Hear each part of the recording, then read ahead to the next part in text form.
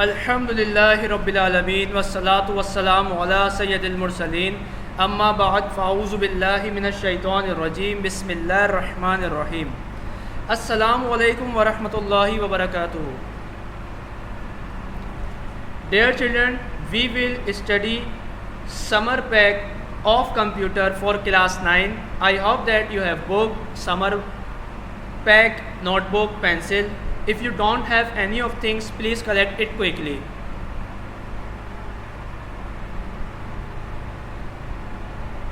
Now open your summer pack of computer. As-salatu was-salamu alayka ya Rasulullah wa ala alika wa ashabika ya Habiballah.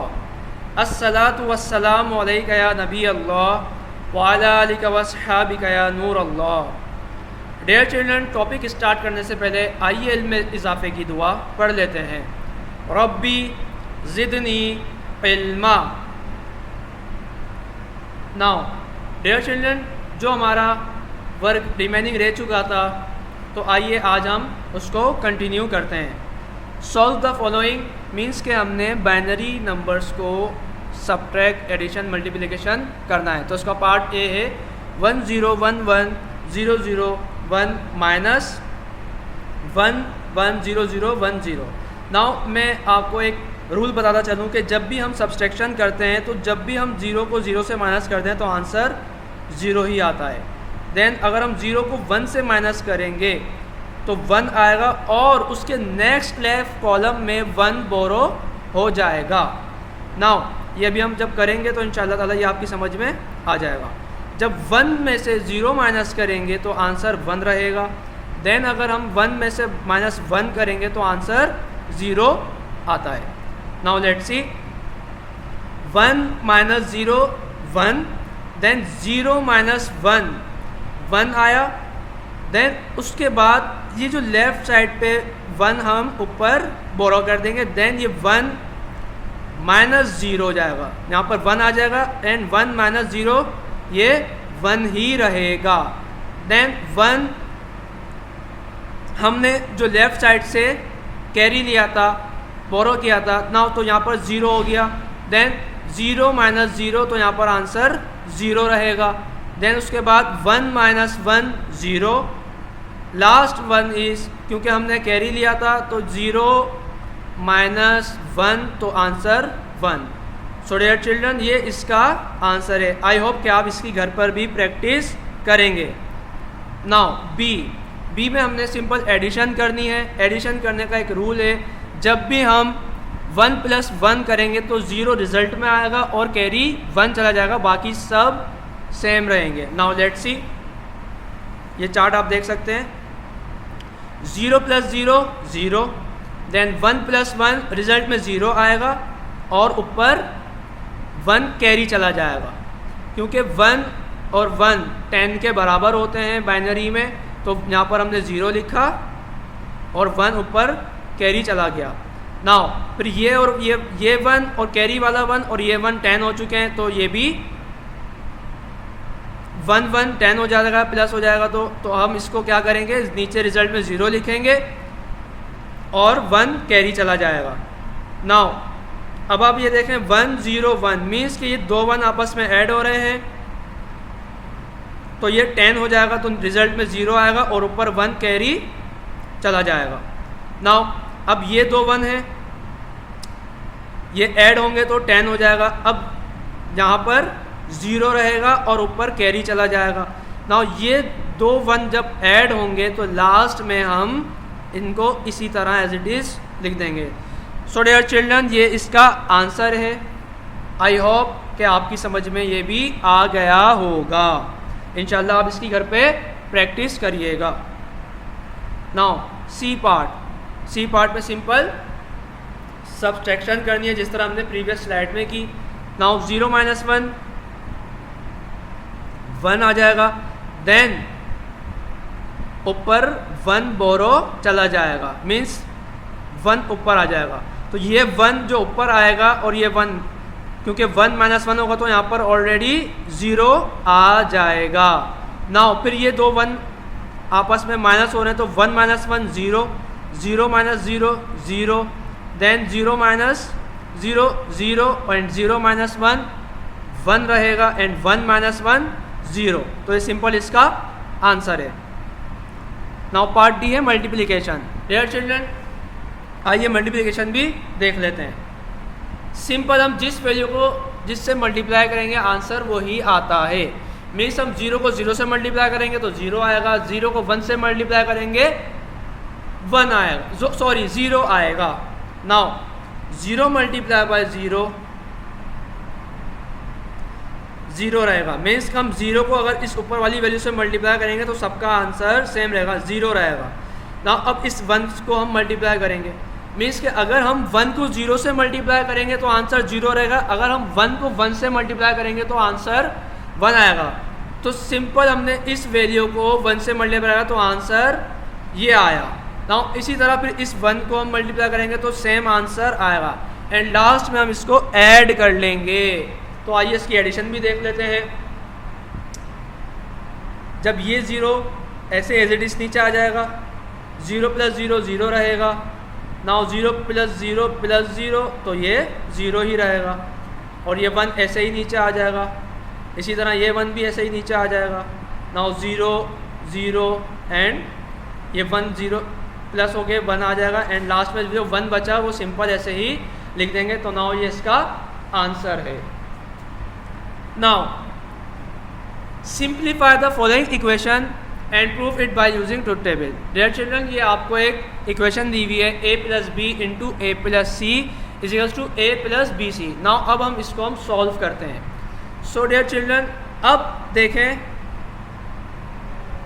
ये जो equation है a plus B into A plus C, ये आपस में multiply हो रहे हैं तो हम इस ब्रैकेट वाली वैल्यू को इस ब्रैकेट से मल्टीप्लाई कर लेंगे। नाउ आप देखें मैंने सिंपल मल्टीप्लाई किया है, a into A double A into C A C and अब now b into A B b into C B C. तो ये हमारा डिस्ट्रीब्यूटिव लॉ बन गया। नाउ अब रूल नंबर 6 जो है वो कहता है कि डबल ए बराबर होता है सिंगल ए के। तो यहाँ पे मैंने मेंशन भी किया है double A is equals to single A, double A बराबर है सिंगल ए के। तो नाउ अब ये जो डबल ए है ये ए के बराबर हो जाएगा क्योंकि रूल नंबर 6 कहता है double A is equals to A. Now as it is A हमने ऐसे उतार दिया plus A C plus A B plus B C. Now dear children, अब हम इसकी फैक्टरिंग कर लेंगे, डिस्ट्रीब्यूटिंग लॉ को हम फैक्टर कर लेंगे। नाउ अब ये जो ए है अगर मैं इसका फैक्टर कर लूँ 1 प्लस सी, तो अगर हम दोबारा इसको मल्टीप्लाई करेंगे तो ये as it is A plus A C हो जाएगा। Now a into 1 plus C plus A B plus A C, ये हमने इसके फैक्टर कर लिया। नाउ रूल नंबर 2 जो है वो कहता है कि 1 प्लस सी बराबर है 1 के। तो यहाँ पर मैंने मेंशन भी किया है 1 plus C is equals to 1। तो हम 1 प्लस सी को 1 कंसीडर करेंगे। नाउ अब देखें ब्रैकेट हट जाएगा, a dot means a into 1, a multiply by 1 plus A B and B C. Now अब हम इसके भी फैक्टर कर लेंगे। नाउ अब मैं इन दोनों वैल्यूज़ में a को कॉमन ले लूँगा a। नाउ ये 1 और प्लस b यहाँ ब्रैकेट के अंदर आ जाएंगे। Now and B C same as it is आ जाएगा। नाउ अब हमने इसकी फैक्टरिंग कर ली है।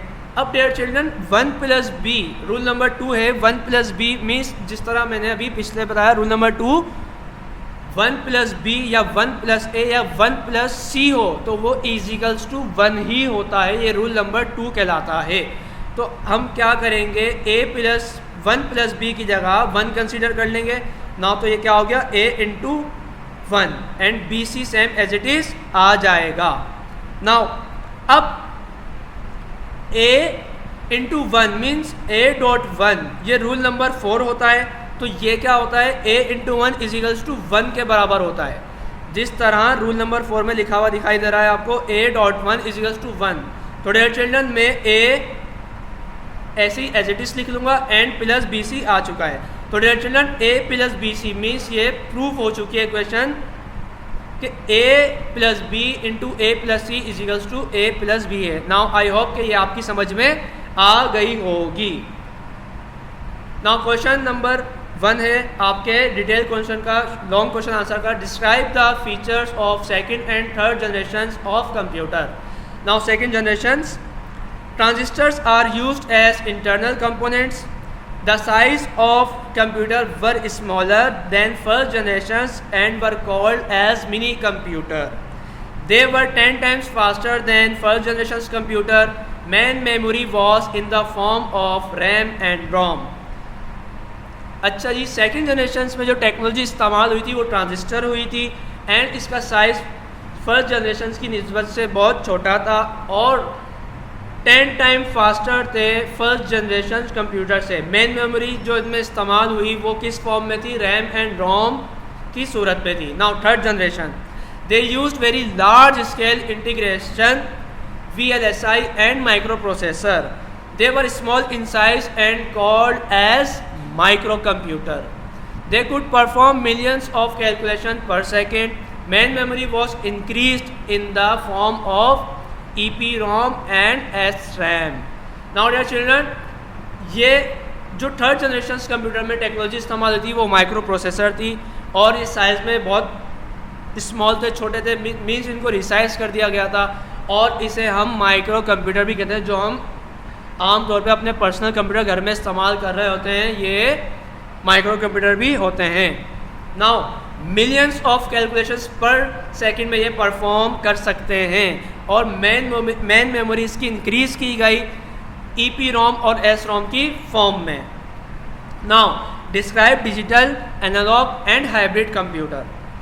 Analogue computer. The term analogue is taken from the word analogous, which means similar. Analog computers are commonly used for scientific and engineering problems, particularly in chemical industries, electric power plants and petroleum refineries. Analog computer scientific और engineering problems में इस्तेमाल होते हैं, यानी कि यूँ ले लें कि केमिकल इंडस्ट्रीज़ वगैरह में या इलेक्ट्रिक पावर प्लांट्स में ये एनालॉग कंप्यूटर यूज़ होते हैं. Now digital computer. Digital computer are computer that specialize in counting, unlike the analog computer which receive data in continuous form. The digital computer handles values that are in a discrete binary 0 or 1. All commonly used computers are digital. Means digital computer जो data receive करते हैं continuous form में receive करते हैं. जो commonly हम computer इस्तेमाल करते हैं डिजिटल्स होते हैं और ये जो डेटा हैंडल करते हैं बाइनरी फॉर्म में हैंडल करते हैं 0 और 1 में. Now hybrid computer. Hybrid computer is a combination of analogue and digital computer system. These are the machine that incorporate in a single computer both analogue and digital features. A hybrid computer uses analogue to digital conversion and analogue to analogue conversion and में input or output either analogue और digital data. Hybrid computer combination है analogue और digital computer का.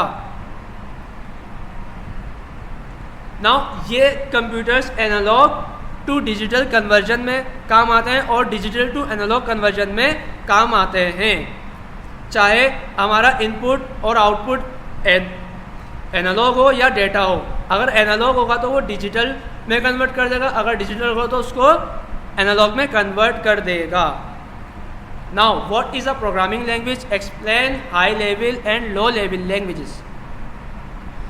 Programming languages. A program is a set of step by step instruction that directs the computer to do the task you want it to do and produce the result you want. A set of rules that provides a way of telling a computer what operations to perform is called a programming language. Dear children, program एक set है step by step instructions का. Means हम कोई भी code type करते हैं, means अगर हम कैलकुलेटर डेवलप कर रहे हैं तो हम 4 बेसिक अर्थमेटिक ऑपरेशन यूज़ करेंगे. Means plus, minus, division and subtraction, multiplication sorry. तो हम जो इंस्ट्रक्शन कोडिंग के ज़रिए करेंगे, प्रोग्रामिंग के ज़रिए करेंगे स्टेप बाय स्टेप, तो कंप्यूटर वही ऑपरेशन परफॉर्म करेगा. प्रोग्रामिंग सेट ऑफ रूल से जो हम कंप्यूटर को प्रोवाइड करते हैं, जो वो कंप्यूटर ऑपरेशन परफॉर्म करता है, that is called a programming language. Now high level language. Even though it is easier to write programs in assembly language than machine language. It's still difficult because it required detailed knowledge of a specific computer. That's why high level language such as Fortran, Pascal, C, Java. Now high level language वो languages होती है जो हमारे programs को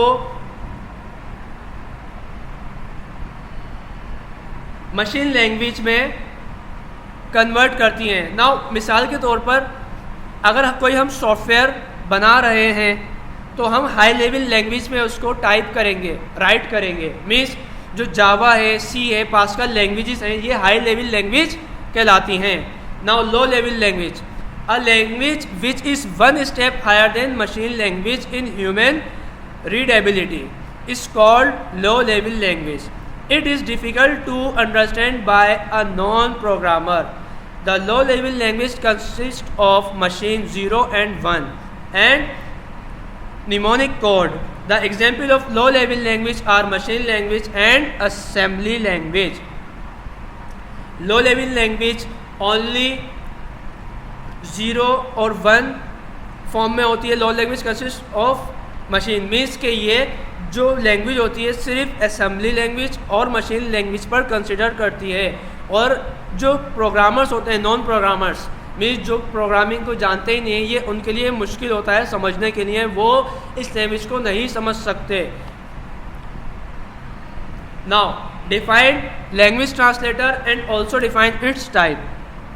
language translator, a particular translator its required to execute any high level language. Each language has different language translator while the function of each translator is to convert high level program into machine code.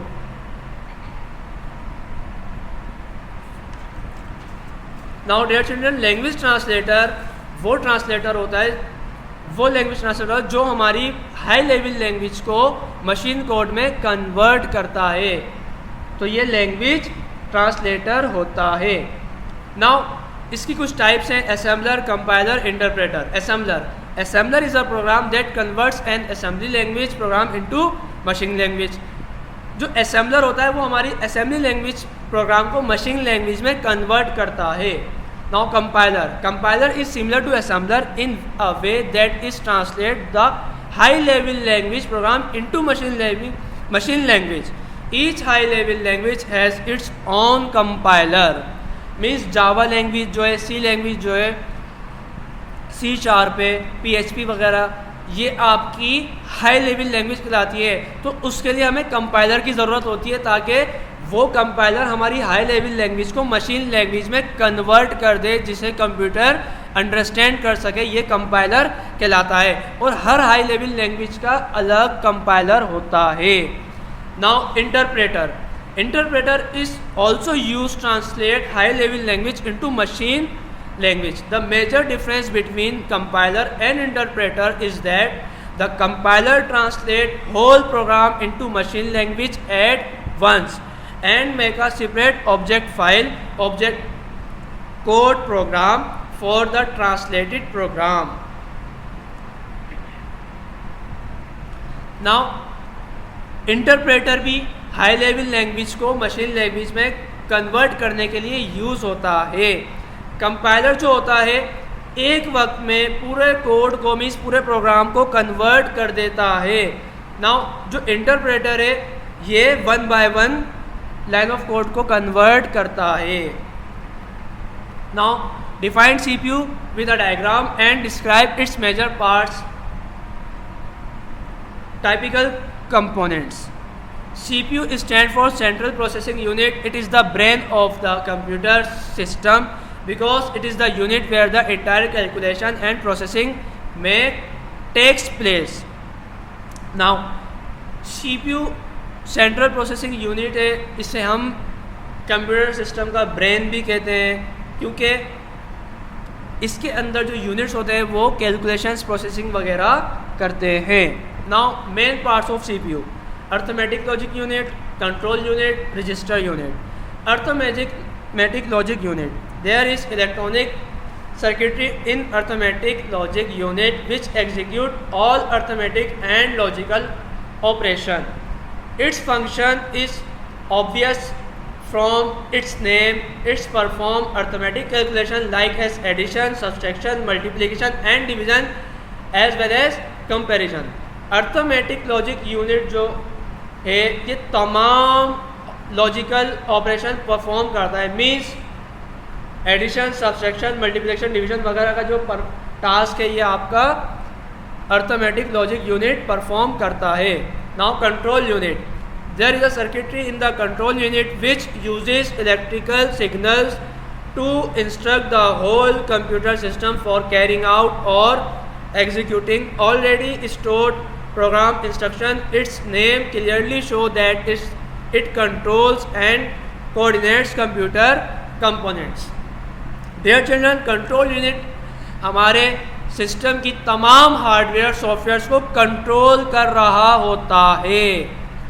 Now register unit. Registers are temporary storage areas which are responsible for holding the data that is to be processed. They store the instruction and data in a processor.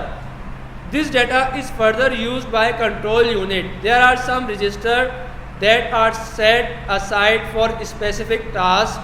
These generally include a program counter, stack or flag. Register unit अपने अंदर temporary data को store कर लेता है. जब हम अपना system को दोबारा शटडाउन करके रीस्टार्ट करते हैं तो वो जो डेटा टेम्पररी इसमें स्टोर होता है वो डिलीट हो जाता है, जिसमें से कुछ टाइप हैं रजिस्टर की: counter register, stack and flag register. Now describe a keyboard. Also state it's different division. Keyboard. A computer keyboard is an input device used to enter character and function into the computer system by pressing buttons or keys. It is the primary device used to enter text. A keyboard typically contains keys for individual letter, number and special character, as well as keys for specific function. A keyboard is connected to a computer system using a cable or a wireless connection. Keyboard एक input device है जो हमारे system से connect होती है विया cable और wireless connection के थ्रू. हम इसे प्राइमरी डिवाइस के तौर पर इस्तेमाल करते हैं टेक्स्ट इंसर्ट, टेक्स्ट को टाइप करने के लिए. नाउ इसके कुछ डिफरेंट डिवीजन है, आइए ये भी देख लेते हैं. Alphanumeric keypad. This is the main part of keyboard. By using this keypad, the letter small a, z and capital A, Z, numbers 0 to 9 and special characters like note, hash, dollar, %, backslash, minus and plus may be typed. Many of these characters are typed by holding shift key. Any type of data can be entered through this keypad. Alphanumeric keypad में dear children A to Z character 0 to 9 और special character तमाम characters आ जाते हैं, और जो special characters होते हैं हम उनको शिफ्ट प्रेस करके टाइप करते हैं. Now numeric keypad. Numeric keypad usually placed on the right hand side of the keyboard that looks like a simple calculator which include number keys from 0 to 9 digit. The four basic operation plus, minus, multiplication and divide, decimal point and numlock key that work similar to caps lock to force the numeric key to input numbers. Dear children, जो numeric keyboard होता है वो हमारे right hand side पर होता है keyboard के, जिसमें नंबर्स और 4 बेसिक ऑपरेशंस होते हैं: plus, minus, multiplication and division वगैरह. इसे हम न्यूमेरिक कीपैड बोलते हैं. नाउ फंक्शन की.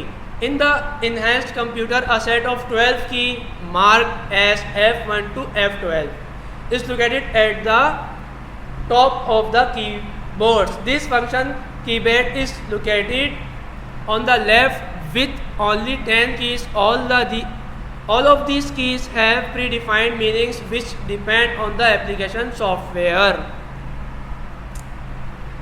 फंक्शन कीज जो हमारे कीबोर्ड में टॉप पे होती है F1 F2 से लेकर F12 तक, इन्हें हम फंक्शन की कहते हैं, और जो ये स्पेसिफिक टास्क परफॉर्म करती हैं, इनके बैकएंड पर कुछ प्रीडिफाइंड फंक्शन होते हैं जो कि कुछ एप्लीकेशन सॉफ्टवेयर्स के डिपेंड पर ही परफॉर्म करती हैं। नाउ स्क्रीन नेविगेशन और कर्सर मूवमेंट की। In many programs there is a blinking mark on the screen where the key you press will display a particular character, digit, special character. This mark called cursor appear in different shape in various programs. A solid small box, a vertical line. Cursor control keys are used to move the cursor around the screen. Most keyboard include the following cursor movement key, arrow key, home and key, page up and page down key. Dear student, screen navigation और cursor movement keys जो हमारे keyboard में down side पे होती हैं उन्हें हम arrow keys वगैरह कहते हैं, और होम एंड कीज भी हमारी स्क्रीन नेविगेशन की होती है। Page up and page down जो की होती है ये हमारी स्क्रीन नेविगेशन की वगैरह कहलाती हैं। नाउ मॉडिफायर की। दिस की are used to modify the input of other key. You press another key while holding down one of the modifier key. Shift, Control, Alter are some example of modifier key. Means delete की, insert की, escape की, print screen की। Means delete की से आप कोई भी words वगैरह पैराग्राफ वगैरह डिलीट कर सकते हैं, insert की से कुछ insert कर सकते हैं, escape से आप कोई भी प्रोग्राम escape कर सकते हैं, print screen की से आप अपनी स्क्रीन का प्रिंट कर सकते हैं। नाउ ये मॉडिफायर की कहलाती हैं। Now question 7, what is number system? Describe the different type of number system. A number system is defined as a system of writing for expressing number. It is the mathematical notation for representing number of a given set by using digit or other symbols is a consistent manners. It provides a unique representation of every number and represent the arithmetic and algebraic structure of the figure. It also allows us to operate arithmetic operations like addition, subtraction and division. Number system एक defined system है जो कि हम कोई भी expressions को numbers में right कर सकते हैं. ये मैथमेटिकल नोटेशन होती हैं जो कि नंबर्स को रिप्रेजेंट कर रही होती हैं और ये अर्थमेटिक और अलजेब्रिक स्ट्रक्चर्स भी परफॉर्म करते हैं. मीन्स इसमें हम लॉजिकल ऑपरेशंस भी परफॉर्म कर सकते हैं, अर्थमेटिक ऑपरेशन भी परफॉर्म कर सकते हैं जैसे कि एडिशन, सब्सट्रैक्शन, डिवीजन वगैरह. Now type of number system. There are various type of the number system in mathematics. The four most common number system types are decimal number system, means decimal number system 0 से 9 तक होते हैं जिसकी base 10 होती है. Binary number system जिसकी base 2 होती है जो कि 0 और 1 होते हैं. Now octal नंबर सिस्टम जो कि 0 से 7 तक होते हैं जिसकी बेस 8 होती है.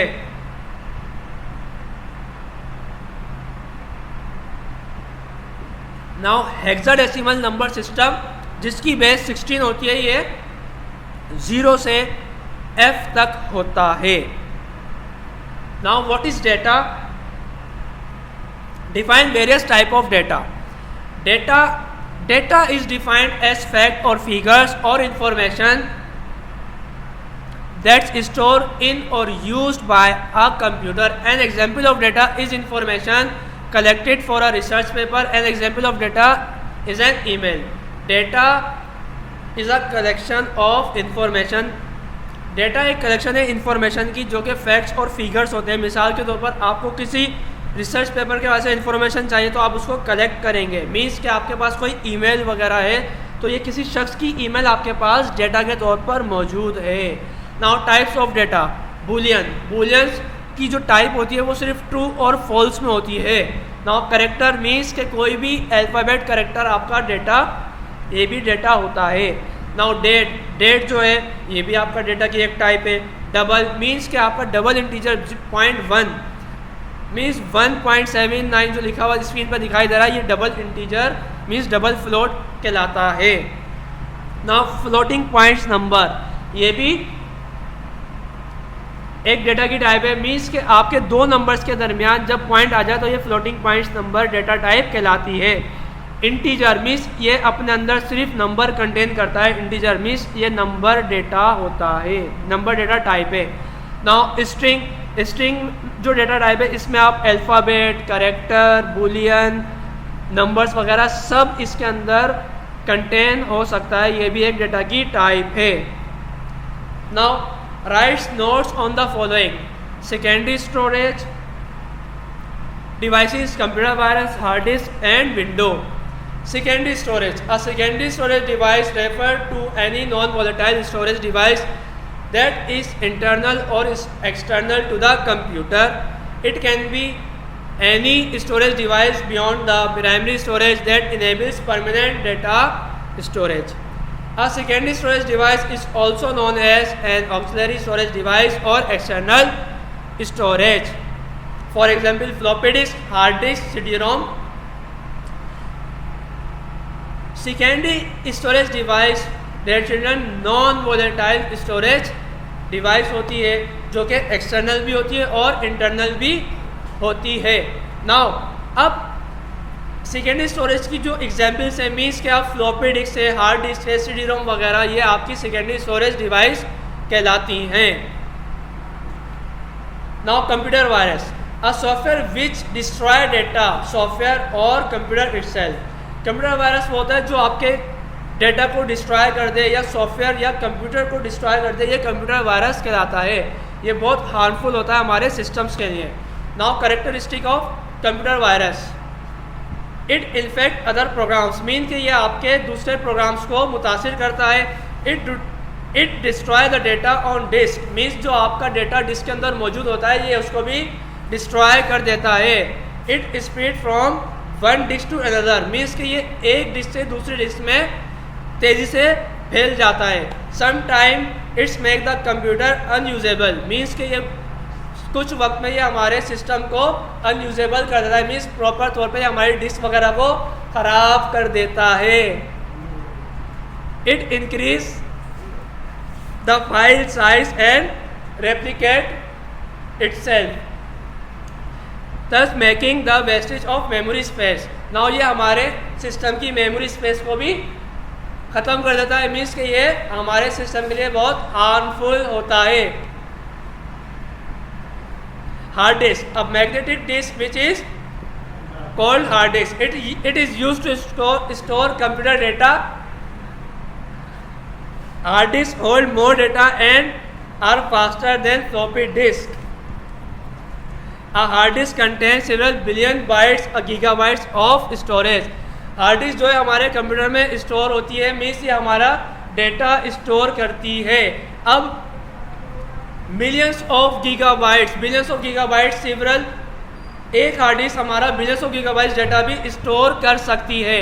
नाउ ये फ्लॉपी डिस्क से ज़्यादा फास्ट होती है। Window is a rectangular area of screen that display different information. Every window has a title bar which display the name of the window. A window can be resized, minimized and maximized. A window can be closed by pressing the button present on the right of the title bar. A window can be moved at any location of the screen. Dear children, window means कि आपके software की screen जो होती है या किसी भी programme की स्क्रीन, वो विंडो कहलाती है। हम विंडो को रिसाइज भी कर सकते हैं, मिनिमाइज भी कर सकते हैं, क्लोज भी कर सकते हैं। जैसे कि आप उसके टाइटल बार पे देखते हैं मिनिमाइज और मैक्सिमाइज और क्लोज का जो बटन होता है, हम उसकी मदद से अपनी विंडो को मिनिमाइज, मैक्सिमाइज, क्लोज वगैरह कर सकते हैं और इजीली हम उसको मूव भी कर सकते हैं। Now dear children, I hope that everything I have taught in this lesson is clear. Revise it at home. May Allah strengthen your memory. Jazakallahu khaira.